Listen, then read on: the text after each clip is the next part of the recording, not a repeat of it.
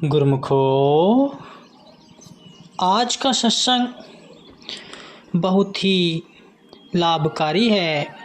सभी गुरुमुख ध्यान से सुने और वचनों पर अमल करें।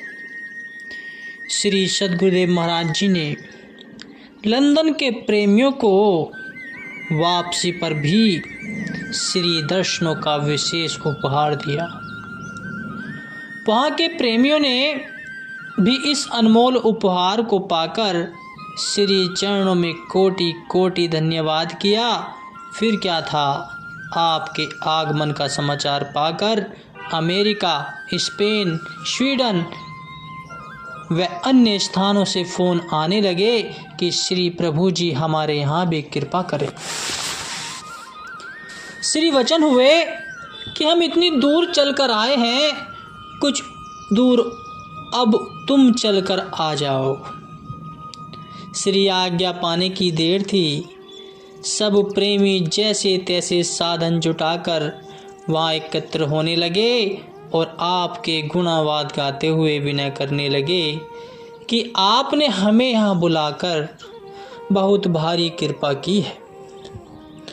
पश्चिमी देशों में रहने वाले हम जीवों को अपने चरणों को साया बख्शा है।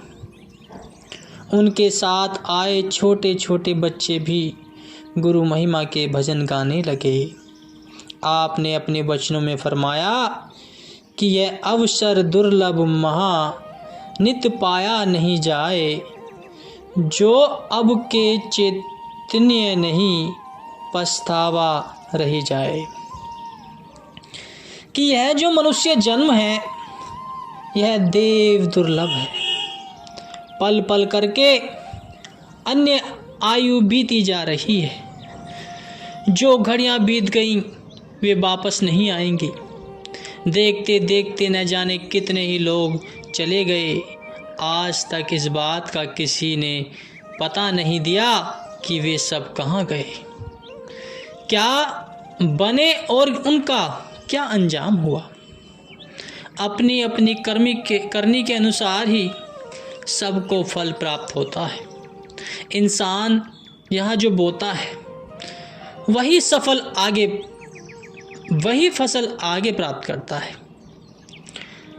वहाँ छोटे बड़े ऊंच नीच का कोई सवाल नहीं है। जैसी करनी इंसान की होती है वैसा ही भुगतान भुगतना पड़ता है। इस राज का सत्पुरुषों की संगति में आने से ही सब भेद मिलता है।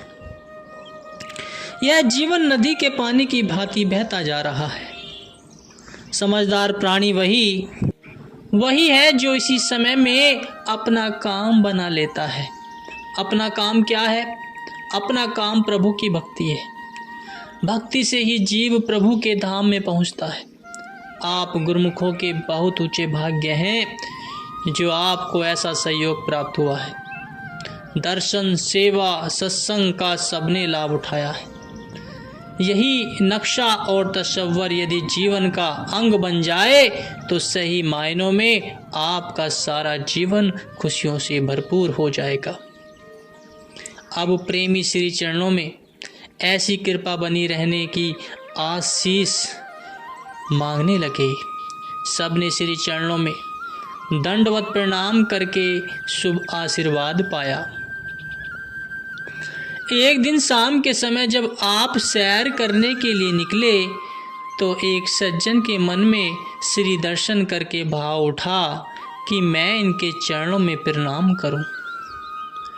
सैर करके जब आप वापस आ रहे थे वह सामने आ गया तो अंतर्यामी प्रभु ने उसका हाल पूछा तो वह श्री चरण में प्रणाम करके बोला कि वह तंजानिया का रहने वाला है, अब लंदन में रुका हुआ है। आपने पावन वचनों में फरमाया, चाहे कोई कहीं का भी रहे अथवा कोई भी भाषा बोले, कोई उसे गॉड कहता है, कोई खुदा कहकर पुकारता है, परंतु ईश्वर सबका एक है। जीवन उसी का सुख स्वरूप है। जिसने भगवान के चरण कमलों का सहारा ले रखा है। जिंदगी का मकसद ही ईश्वर की बंदगी करना है। बंदगी से ही जिंदगी में खुशियाँ प्राप्त होती है। महाप्रभु जी के इन वचनों में निहित यथार्थता ने उसके जीवन में नवजीवन भर दिया। अनमोल निधि को पाकर उस वक्त वह सज्जन कितना निहाल हुआ, उसका वर्णन नहीं हो सकता। अपनी कार में बैठकर उसने अपने घर फ़ोन किया कि आज मैंने सचमुच जीवन का आनंद पा लिया है। भारत से एक रूहानी पीर आए हैं, उन्हें हजरत कहूँ या खुदा, मैं बलिहार जाता हूँ उनके उन सेवकों पर जिन्होंने मुझे खुदा से मिला दिया। एक दिन शाम के समय श्री दर्शन खुले हुए थे और आप सबको कर कमलों से प्रसाद दे रहे थे। इतने में छोटे बच्चे श्री चरणों के पास आए। उनमें से एक योगी और एक सांसारी बनकर अपने भाव प्रकट कर रहा था। सांसारी वृत्ति वाला योगी से पूछता है कि तुमने बचपन से ही संन्यास क्यों ले लिया? अभी तो तुम्हारी उम्र बहुत छोटी है, फिर अभी से तुम क्या करोगे? योगी ने बड़े प्रेम से उत्तर दिया, यह सारी दुनिया झूठी है। इस दुनिया में मन नहीं लगता, क्योंकि मुझे हर पल प्रभु प्रेम की खुमारी चढ़ी रहती है। संसारी ने पूछा, अपना घर बार त्याग कर, अपने माता पिता को छोड़कर स्थान स्थान पर क्यों विचर रहे हो? क्या तुम्हारी बुद्धि मारी गई है? योगी ने उत्तर दिया, न साथ कोई आया है और न ही साथ कोई जाएगा। एक मालिक की बंदगी ही साथ जाएगी। यह हमने अच्छी तरह से सोच विचार लिया है कि दुनिया यहीं की यहीं रह जाएगी। वास्तविकता का बोध हो जाने पर सांसारी कहने लगा, वाह जी वाह, ऐसे विचार तुम्हें किसने दिए? तुम धन्य हो जिसने मायावी संसार में रहते हुए भी सारे वैभव त्याग दिए हैं। तो योगी ने उत्तर दिया, यह बख्शीश मेरे श्री सद्गुरुदेव जी की है, जो ऊंचे सिंहासन पर विराजमान है। जो भी इनके चरणों में आकर सिर झुकाता है, ये उसका मन हर लेते हैं और उसे दुनिया से न्यारा बना देते हैं। दोनों ने जाकर श्री चरणों में सिर झुकाया। प्रसन्न मुद्रा में आशीर्वाद प्रदान करते हुए आपने संसारी को फरमाया कि आज यह योगी बना है, कल योगी बनने की तुम्हारी बारी है। सब संगत जय जयकार करने लगी। आपने सबको अपने दिव्य प्रेम का अमृत पिलाकर भक्ति की दात से मालामाल कर दिया। 4 सितंबर शाम के समय लंदन से भारत वापस लौटने के लिए एयरपोर्ट पर पधारे। वहाँ जर्मन के एक अंग्रेज की संत मंडली पर नज़र पड़ गई तो श्री प्रभु जी की सुंदर छवि निहार कर वह साथ वाले भक्तों से कहने लगा कि मैंने सारी दुनिया घूम ली, पर ऐसी अलौकिक छवि नहीं देखी। इनके चेहरे पर कितना विलक्षण तेज है, आंखों में गजब का नूर है। एक भक्त जी ने संक्षेप में सब बताया कि आपका संकेत पाकर उसे जीवन का लक्ष्य समझाया कि श्री चरणों में सिर झुकाकर वह कहने लगा कि ऐसा लग रहा है कि मैंने वास्तव में आज कोई अनमोल निधि पाली है। आपने उसे श्री आनंदपुर की तस्वीर दी और पढ़ने के लिए 2 पुस्तकें दी। आशीर्वाद देकर उस अंग्रेज को आपने निहाल कर दिया। विदेश यात्रा पूर्ण कर आप बम्बई एयरपोर्ट पर पहुँचे। अपने इष्ट देव की झलक पाते ही प्रेमी खुशी से मतवाले हो उठे और सभी एक दूसरे को बधाइयाँ देकर मंगल गीत गाने लगे। आज खुशी का दिन है आया, प्रभु जी घर में आए हैं, होवे मुबारक सभी को सुंदर दर्शन पाए। बोलो जयकारा, बोल मेरे श्री गुरु महाराज की जय। सन 1996 की यात्रा को विस्तार से बताएंगे गुरुमुखो, ध्यान पूर्वक सुने। परम पुरुष भक्ति मुक्ति के दातार श्री परमहंस अवतार श्री आनंदपुर में विराजमान थे। बैसाखी का शुभ पर्व था। हजारों की संख्या में संगतें श्री दर्शन लाभ प्राप्त करने हेतु और पर्व मनाने के लिए यहाँ एकत्रित हुई थी। तभी अचानक ही सबके प्राण प्यारे दिलों के सहारे, हर दिल की धड़कन व रोम रोम में बसने वाले महाप्रभु जी ने एक ऐसी लीला रची जिसे देखकर सब प्रेमियों के दिल घबरा गए।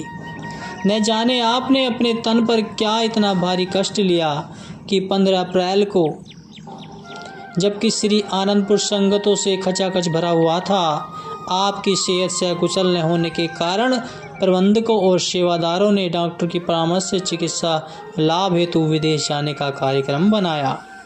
सब प्रेमी सजल नयनों से श्री चरणों में प्रार्थना करने लगे कि प्रभु हम पर दया करो, पसीजो प्रभु शीघ्र अतिशीघ्र सकुशल होकर अपने पावन श्री दर्शनों से निहाल करो। उनकी विनय सुनकर आपने श्री मुख से फरमाया कि आप सेवा, सुमरन और सत्संग में दिल लगाना हमारी इसी में खुशी है कि आप भक्ति में आगे से आगे बढ़ते जाओ। श्री प्रयाग धाम पहुंचकर पूना में भी कुशल डॉक्टरों की राय ली गई। उन्होंने परस्पर परामर्श करके फ्रांस के एक डॉक्टर की योग्यता के बारे में बताया। सेवकों ने श्री चरणों में फ्रांस वाले डॉक्टर को दिखाने की विनय की तो श्री आज्ञा पाकर फ्रांस में रहने वाले प्रेमियों को सब कार्यक्रम के बारे में सूचित किया गया। वीजा लगने तक परहितकारी महाप्रभु जी श्री प्रयाग धाम में विराजमान होकर सेवा कार्य करवाते रहे और 6 जून को आप जब फ्रांस की ओर प्रस्थान करने लगे तो सेवकों का दिल भर आया और विनय भाव से विनय करने लगे कि हम आंखें बिछाकर आपकी राह निहारेंगे। आप स्वस्थ सुंदर सेहत में हमें शीघ्र ही आकर श्री दर्शनों से निहाल करना। दयानिधि महाप्रभु जी ने फरमाया कि चिंता न करो, हम कुछ दिन के लिए जा रहे हैं, आपकी भावना अनुसार हम जल्दी ही लौटेंगे। फ्रांस की राजधानी पेरिस में पहुंचकर भक्तों ने जो निवास स्थान बनाया था, श्री प्रभु जी ने वहाँ कृपा फरमाई। आप अस्वस्थ होने के कारण पेरिस गए, परंतु यह केवल एक बहाना था। वास्तव में आप वहाँ पर जागृति प्रदान करने के लिए पधारे। शाम के समय कुछ भक्तों की विनय पर उनके घरों को कृतार्थ किया।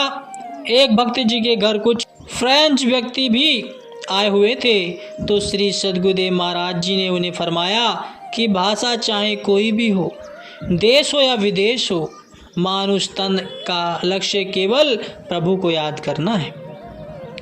उनमें से एक फ्रांस व्यक्ति ने कहा, यह कार्य बहुत कठिन है। आपने फरमाया, यदि संतों से मिलन हो जाए फिर कुछ भी मुश्किल नहीं है। उसने प्रश्न पूछा कि गॉड और हम एक हैं, फिर भी वह दिखाई क्यों नहीं देता? तो आपने फरमाया, एक होते हुए भी आपस में विक्षेपण है। बीच में माया का पर्दा आ गया है जिसने जीव को भगवान से अलग कर दिया है। यदि माया का पर्दा हट जाए तो एक होने में देर नहीं है। उसने पुनः प्रश्न किया कि पर्दा कैसे हट पाएगा? तो आपने फरमाया कि जब जीव प्रभु नाम से सच्ची लीव लगाएगा, प्रभु से सच्चा प्यार होना चाहिए। सच्चे प्यार से ही प्रभु का दीदार होता है। तो श्री वचनों की निराली रोशनी पाकर वह फ्रेंच व्यक्ति निहाल हो गया। उसका अज्ञान व भ्रम दूर हो गया और मन में आह्लाद छा गया। श्री चरणों में सिर झुकाकर धन्यवाद कर अपने भाग्य मनाने लगा। इसके बाद सैर हेतु आपने एक बाग में कृपा फरमाई तो श्री प्रभु जी की कार के पीछे 2 कारें सेवकों की थी। कुछ दूर जाकर श्री कार ओझल हो गई। फिर तो सेवकों के मन में खूब खलबली मच गई। इधर उधर सब और चक्र लगाकर देखा, परंतु श्री कार कहीं दिखाई नहीं दी। उधर बाग में पहुंचकर आपने देखा कि सेवकों की कार अभी नहीं पहुंची। आपको सेवकों की चिंता होने लगी। ड्राइवर भक्त को ढूंढने के लिए भेजा। भगवान की लीला को इंसान कैसे समझ सकता है। भक्तों के लिए भगवान का कुछ एक पल के लिए ही ओझल हो जाना दुश्वार हो गया। ढूंढते ढूंढते जब उनकी आंखें भर आईं तो वे करुण स्वर में पुकार करने लगे कि हे दीन बंधु, हे दीनानाथ, अपनी कृपा से हमें शीघ्र ही दर्शन दे दो। आपके बिना हमारा एक एक पल भारी होता जा रहा है। कृपा कीजिए प्रभु, अब और विलंब न कीजिए, बस शीघ्र ही दर्शन कीजिए। कुछ ही पल पश्चात जो ही भीगी पलकें उठाकर सामने देखा तो श्री प्रभु जी सम्मुख खड़े मुस्कुरा रहे थे। बाग में सब आपके पीछे पीछे चल दिए।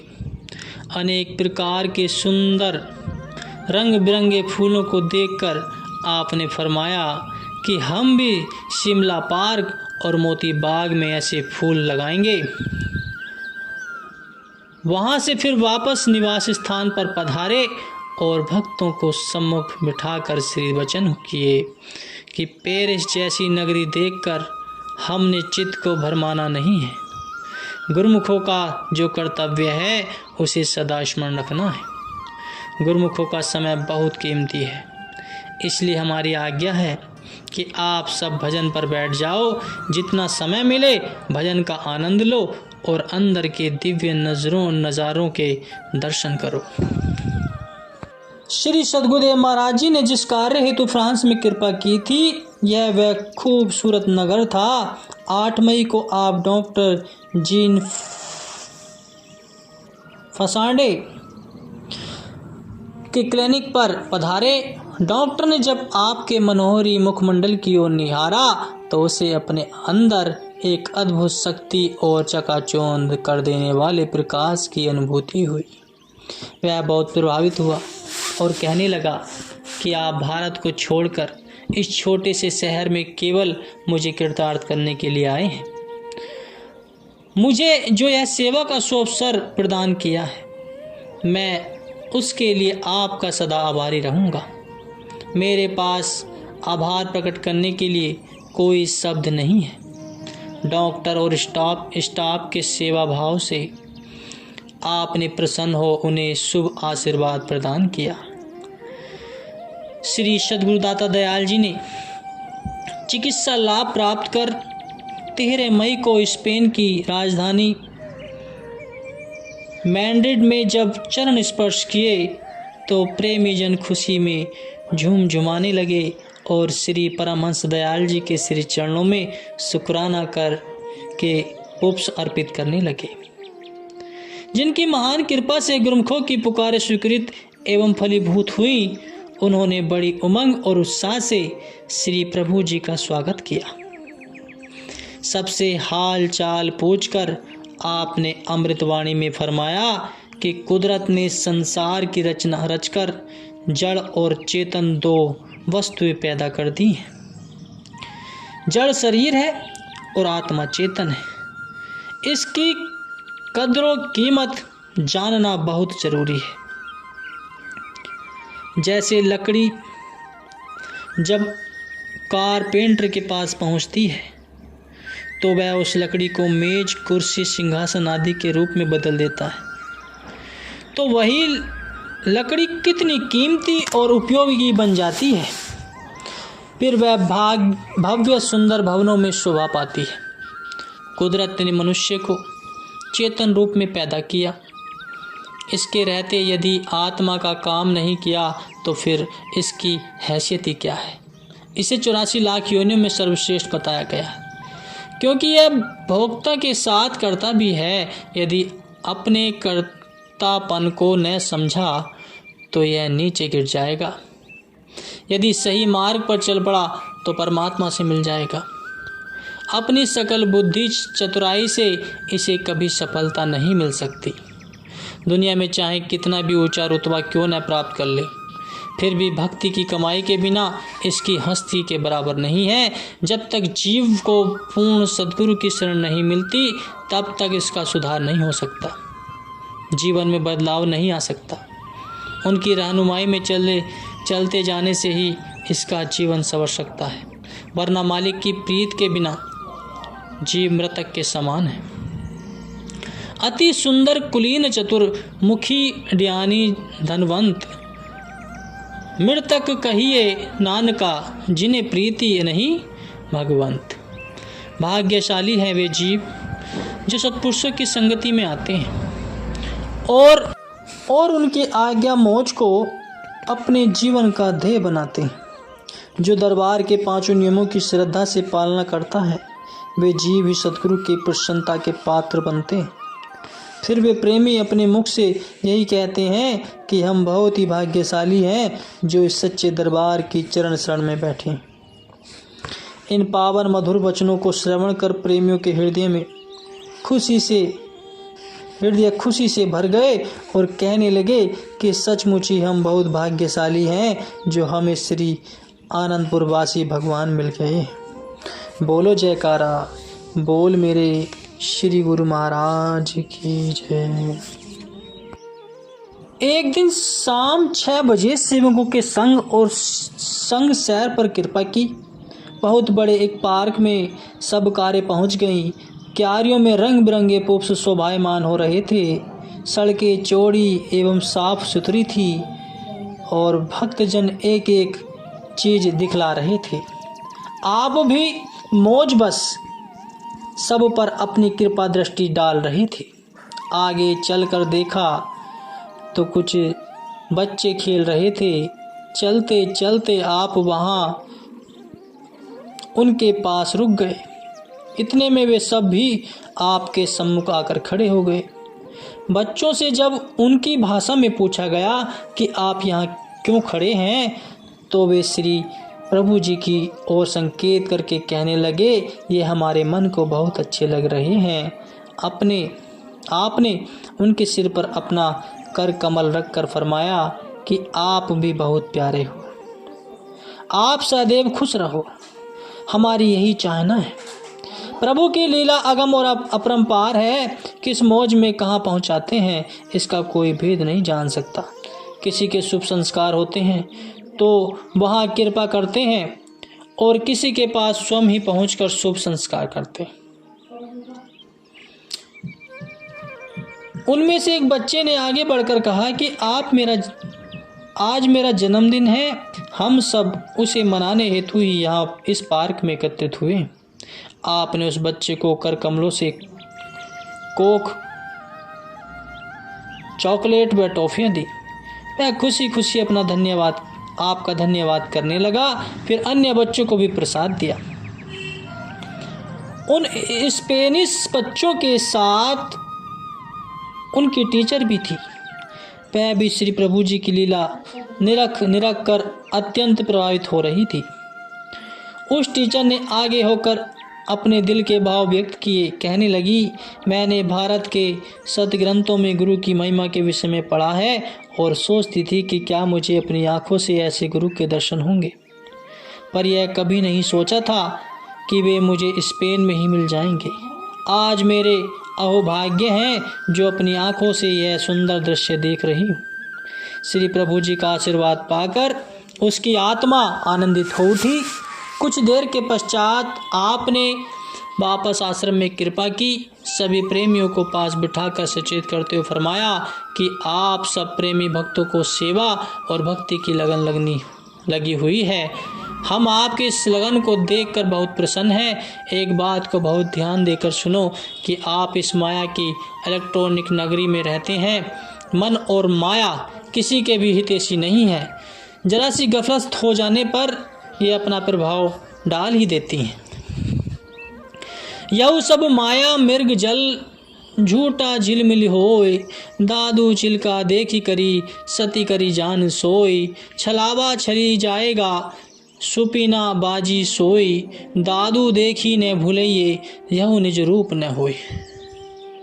अर्थात मायावी सुख मृग तृष्णा के जल की न्याय असत्य है, परंतु जैसे रेगिस्तान में प्यास से व्याकुल मृग चमकती रेत को जल समझकर भागा जाता है, ऐसे ही आप संसारी लोग माया के पदार्थों को सत्य समझ बैठते हैं। स्वप्न के मिथ्या दृश्यों की न्यायी माया का यह पसारा भी झूठा है। इसको देखकर भ्रमित नहीं होना चाहिए, क्योंकि इसमें वास्तविकता नहीं है। सत्यता तो केवल नाम और सद्गुरु वचनों में है। गुरु आज्ञा में चलता हुआ जो पांचों नियमों को नित्य नियम से अपनाता है, वही इस माया के वार से बच सकता है। जितना अपने मन को भजन और सेवा में लगाओगे, उतना ही हमें अपने पास पाओगे। आपका जीवन खुशियों से भरपूर हो जाएगा और परलोक का मार्ग भी सुगत हो जाएगा। सद्गुरु की कृपा और रहमत पाकर प्रेमी जन खुशहाल हो गए और उनका जीवन सफल हो गया।